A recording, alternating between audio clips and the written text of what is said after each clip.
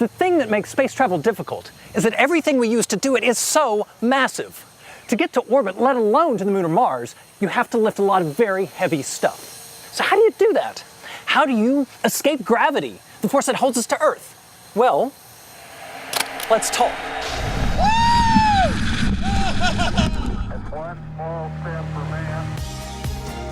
Traveling through space is hard. That's why NASA's Space Launch System will have to be the most powerful rocket in history.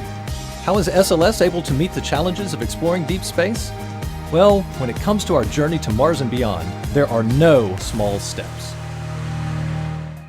Let's talk about low Earth orbit first, which, compared to Mars, is relatively close. The International Space Station is only 220 miles over our heads. For years, the space shuttle got us to low Earth orbit.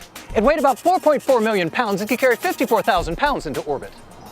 That's only about 18 family sedans worth of stuff, and that's because of that 4.4 million pounds of weight, 3 million pounds was fuel. The shuttle's fuel weighed more than twice the shuttle, its external tank, and the solid rocket boosters combined. It's like driving a car that requires a 1,000-gallon gas tank. The shuttle got us to low Earth orbit, but what about the Moon? Well, the Moon is 240,000 miles away, which is 1,000 times further than the shuttle can take us. Thankfully, we don't need 1,000 times as much fuel. The cool thing about space is you can coast. We've just got to go fast enough to reach the Moon and let its gravity pull us into orbit.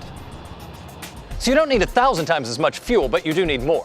But the more fuel you have, the heavier your vehicle has to be, and the heavier your vehicle is, the more fuel you need. Tricky, huh? The Saturn V is the rocket that took us to the Moon. It could carry 260,000 pounds into orbit. That's almost 5 times what the space shuttle could carry, and it could carry 100,000 pounds to the Moon.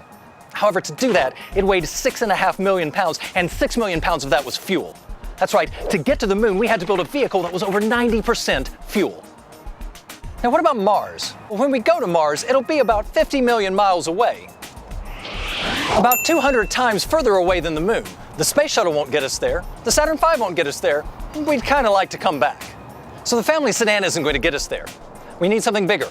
We need a van or a bus, or maybe the biggest rocket in the history of the world. We need the SLS. The first version of SLS will get us to the Moon. The second version will be the tallest rocket in history. It'll produce the greatest thrust, and it'll get the most stuff into orbit. The second version of the SLS will have about the same fuel as the Saturn V, but where the Saturn V could only go to the Moon, the SLS will go to Mars. Next time, we'll talk about what makes the SLS so powerful, and how the Space Shuttle and the Saturn V paved the way to Mars. Thanks for watching.